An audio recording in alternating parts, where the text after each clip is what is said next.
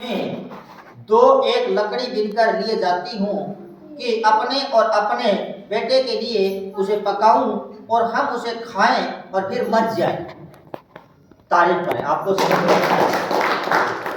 इसमें लिखा हुआ है जब एलिया नबी ने उसे कहा कि मेरे लिए कोई पात्र में पानी लेके आ, और जब वो पानी लेने के लिए अंदर जा ही रही थी तो उसने कहा कि एक हाथ में रोटी का टुकड़ा भी लेती आना, लेकिन उसने कहा तेरे जीवन के परमेश्वर की शपथ, यहोवा के जीवन के शपथ, मेरे पास एक भी रोटी नहीं है, केवल घड़े में क्या है, एक मुट्ठी भर मैदा और कुप्पी में थोड़ा सा तेल है, और मैं दो एक लकड़ी इसलिए ये बिन के ले जाती हूँ कि मैं अपने और अपने बेटे के लिए उसे पकाऊं और हम उसे खाकर फिर मर जाएं, क्योंकि और तो राशन है ही नहीं हमारे पास में।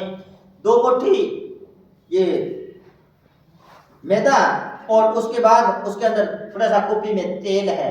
बस हमने अब एक निर्णय ले लिया है कि तो मरना ही है, काल वैसे ही पड़ा हुआ है, तेरे को हम टुकड़ा रोटी का कहां से देंगे, क्योंकि मेरे एक ही तो इकलौता पुत्र बेटा है, वो भी भूखा है और मैं तेरे को नहीं दे सकती। हमने तो खुद ने शपथ खाई है कि ये लकड़ी लेके जाऊंगी और वहां पका के जितनी भी बनेगी हम दोनों खा के मर जाएंगे।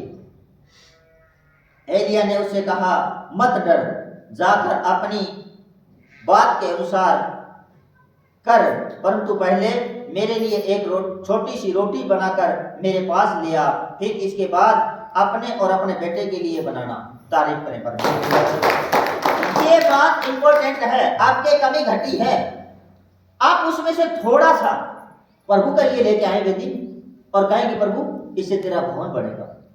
आपको लगता है कि नहीं, आपके 100, 50, 500 में नहीं बढ़ेगा, लगता है ना आपको, लेकिन जब परमेश्वर के हिसाब से हम करते हैं फिर देखो परमेश्वर आपको किस रीति से बिल्डिंग पर बिल्डिंग बनाता है। अब ये तो यहाँ एक समष्टि हो गया ना कि इनके घर में 2 मुट्ठी मैदा और थोड़ा सा कुप्पी में तेल है, वो अपने बेटे को खिलाएगी या और किसी को देगी। आज के युग के हिसाब से तो कहेंगे जी हमारे 2 मेहमान आने वाले हैं, काल वैसे ही पहले पड़ा है, तेरे को चटनी चाहिए, मिठा चाहिए, मना कर देते ना। उनके घर में कभी बरकत नहीं होती। जो दिल नहीं खोलते उनके लिए दरवाजे भी नहीं खोलता वो। क्यों, कब खोलता वो? जब हम दिल खोलते हैं तो हमारे लिए दरवाजे खोलता है। अब यहां देखो, एक तो पहली बात वो विधवा है, सारपत नगर की विधवा होने के बाद उसके एक बेटा है, वो भी छोटा है, कमाई करने वाला कोई नहीं है, और परमेश्वर ने उसी घर में मेहमान बना के किसको भेज दिया? एलिया को भेज दिया। और एलिया जाते ही कहता है काम कर, तेरे बेटे को तो बाद में खिलाना, पहले एक काम कर, तू मेरे लिए एक छोटी सी रोटी बना के लेके आ। तो उसने कहा हमारे घर में कुछ है ही नहीं, हमने तो पहले से फैसला कर लिया है कि जितना ये आटा और ये कुप्पी में तेल है पकाएंगे और खाने के बाद हम मर जाएंगे, और तू ये कह रहा है कि मेरे लिए एक छोटी सी रोटी लेके आ। तो एलिया ने कहा मत डर, अपनी बात के अनुसार कर, जो मैंने कहा इस बात के अनुसार तू करके तो देख, परंतु पहले मेरे लिए एक छोटी सी रोटी बना कर मेरे पास ले आ, फिर इसके बाद अपने और अपने बेटे के लिए भी बनाना। उसने संकेत दे दिया कि तू जब मेरे लिए एक रोटी छोटी सी बना के लेके आएगा ना, उसके बाद तू तेरे लिए भी बनाना और तेरे बेटे के लिए भी बनाना। मैं आज कहता हूं जो आज जितने लोग आए हो, आपके जीवन में जितनी भी कमी घटी है वो आपकी भी पूरी करेगा, आपके बच्चों की भी पूरी करेगा। लेकिन क्या क्या लिखा इसमें? उसने, एलिया ने कहा उससे मत डर, जाकर मेरी अपनी बात के अनुसार कर। जब हम यहां से आपको कहते हैं कि आपको सिर्फ उपवास करना है और धन्यवाद करना परमेश्वर का, नहीं जी हमें टाइम ही नहीं है, बाइबल कहां से पढ़ेंगे, प्रार्थना नहीं कर सकते, ये वो बहाने हैं आपके पास। इसने भी इसको डांट मारी एलिया ने, और किसको डांट मार रहा है? ये एक विधवा औरत को डांट मार रहा है जिसके घर में इसको खाना खाना है, उसके घर में खाना है भी नहीं, फिर भी उसको डांट मारता है। उसने कहा, एलिया ने उससे कहा मत डर, जाकर अपनी बात के अनुसार कर, परंतु पहले मेरे लिए एक छोटी सी रोटी बनाकर मेरे पास ले आ, फिर उसके बाद तू अपने और अपने बेटे के लिए भी बनाना।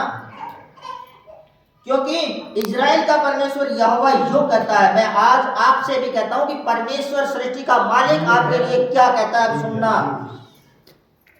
कि जब तक यहोवा भूमि पर मेघ न बरसाएगा तब तक न तो उस घड़े में का मैदा सूखेगा और न उस कुपी का तेल घटेगा। तारीफ करो।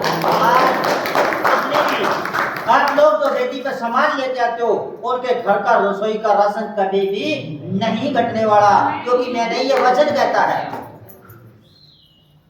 क्योंकि इस्राएल का परमेश्वर यहोवा यूं कहता है कि जब तक यहोवा भूमि पर मेघ न बरसाएगा तब तक न तो इस घड़े का मैदा सूखेगा और न उस कुपी का कभी तेल घटेगा।